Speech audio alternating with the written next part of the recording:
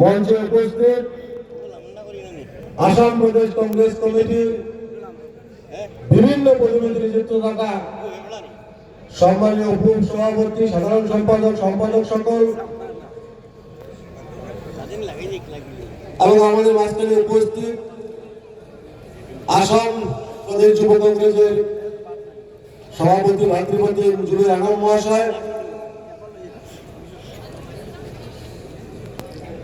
এই বরাকভেলীর 3টা জেলার সম্মানীয় জেলা কংগ্রেসের সভাপতি সকল, জেলা কংগ্রেসের বিভিন্ন পদবীতে যুক্ত থাকা সম্মানীয় নেতৃত্ববৃন্দ, ব্লক কংগ্রেস, মন্ডল কংগ্রেস, সাংবাদিক বন্ধু সকল এবং জনসাধারণ,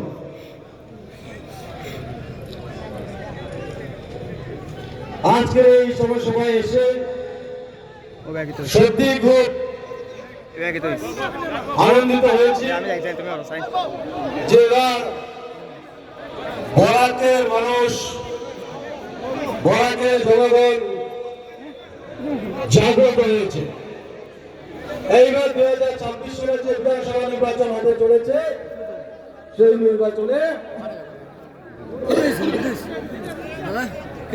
বরাকের জনসাধারণ, আসামের যে বিজেপি নেতৃত্বাধীন সরকার, তাকে উচিত শিক্ষা দেওয়ার জন্য প্রস্তুত হয়েছে।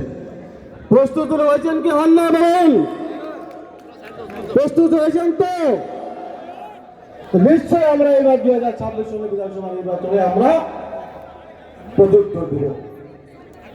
কি করে দিব? আসামের জনপ্রিয় মুখ্যমন্ত্রী বরাকে এসে নানান ধরনের কথা বলে, নানান প্রতিশ্রুতি দেয়,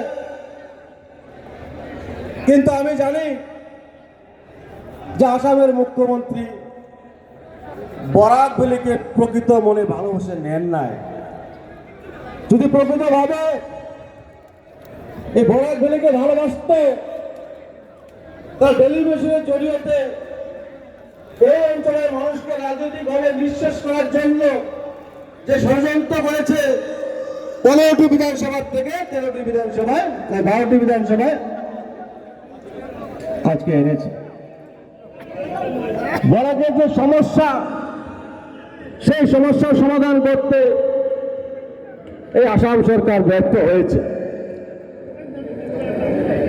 এই বরাকভেলীতে আনুমানিক 4 লক্ষ শিক্ষিত যুবক যুবতী রয়েছেন, বেকারত্ব সমস্যা রয়েছেন, কিন্তু এই সরকার বুক ফুলিয়ে বলে যে আমি 1 লক্ষ চাকরি আসামে দিয়েছি। বরাকে ভাগ কয়টা পেয়েছে? কয়টা ভাগ পেয়েছে? 200 কম। আজকে রাস্তাঘাটের সমস্যার সমাধান করতে ব্যর্থ হয়েছে। ফ্লাইওভারের কথা বলেছিল, ফ্লাইওভার বলাতে ব্যর্থ হয়েছে। সকল দিকে যদি চিন্তা করি, এই সরকার ব্যর্থ হয়েছে। আজকে বরাকভেলীতে বসবাস করা হিন্দু বাঙালিদের কিছু কথা আমি বলতে চাই। আজকে বিজেপি নেতৃত্বাধীন সরকার যে রাজনীতি আরম্ভ করেছে, ধর্মের নামে রাজনীতি করেছে, ভাষার নামে রাজনীতি করছে, সেই রাজনীতি কিন্তু বেশি দিন চিরস্থায়ী নয়। শ্রদ্ধা জনগণ, এই সময় আমাদের সচেতন হওয়া দরকার। এই সময় যদি আমরা সচেতন না হই, পরবর্তী সময়ে আমাদের জীবন অন্ধকারের দিকে যাবে। যখন বরাকে আসে, বাংলা ভাষায় কথা বলে, বরাক থেকে যখন বেরিয়ে যায় আসামের মুখ্যমন্ত্রী, তখন সেখানে বলে যে বাংলায় কথা বললে তারা বাংলাদেশী। আমি আমাদের মুখ্যমন্ত্রীকে বলতে চাই যে বরাকে যারা বসবাস করে তারা কি বাংলাদেশী নাকি?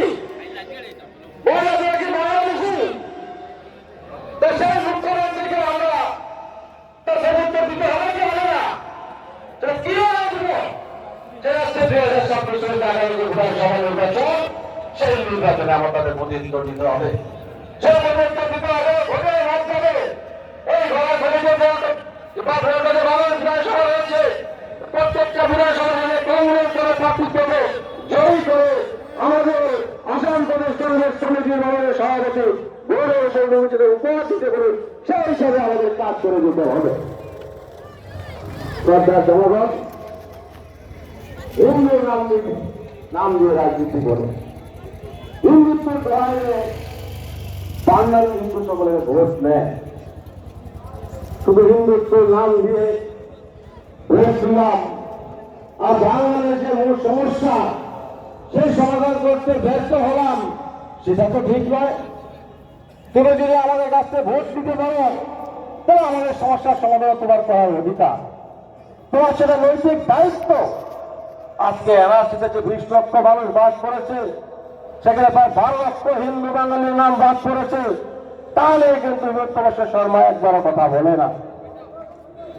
আজকে যে দ্বিভোটের সমস্যা আছে, যেখানে 70-80% হিন্দু বাঙালির দ্বিভোটের সমস্যা আছে, সে নিয়ে কিন্তু একবারও হিমন্ত বিশ্ব শর্মা কথা বলে না।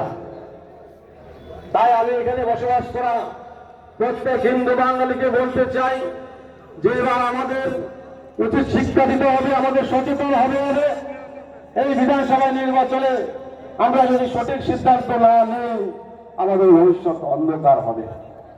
তাই শ্রদ্ধার এই বরফ ভ্যালিতে বসবাস করা প্রত্যেকটি জাতি জনগোষ্ঠীকে অনুরোধ করব যে এবার আমরা একত্রিত হয়ে, হিন্দু বাঙালি সকলেই আমরা একত্রিত হয়ে, মুসলমান সবাই একত্রিত হয়ে আগামী দিনে আমাদের কংগ্রেস দলের প্রার্থীকে জয়ী করতে হবে। আসামে গৌরবদের নেতৃত্বে কংগ্রেস সরকার গঠন হবে। ইতিমধ্যে আবার আসামে পরিবর্তন হয়েছে। কালকে নামনি আসাম আমার জেলায়, আমার সমষ্টিতে মিটিং হয়েছে। হাজার হাজার লোক, প্রায় 15-20 লোক। আজকে বরাকগুলিতে হাজার হাজার লোক। এর দ্বারা কি প্রমাণিত হয় যে এবার আসামের জনসাধারণ জাগ্রত হয়েছে। আসামের জনসাধারণ জাগ্রত হয়েছে।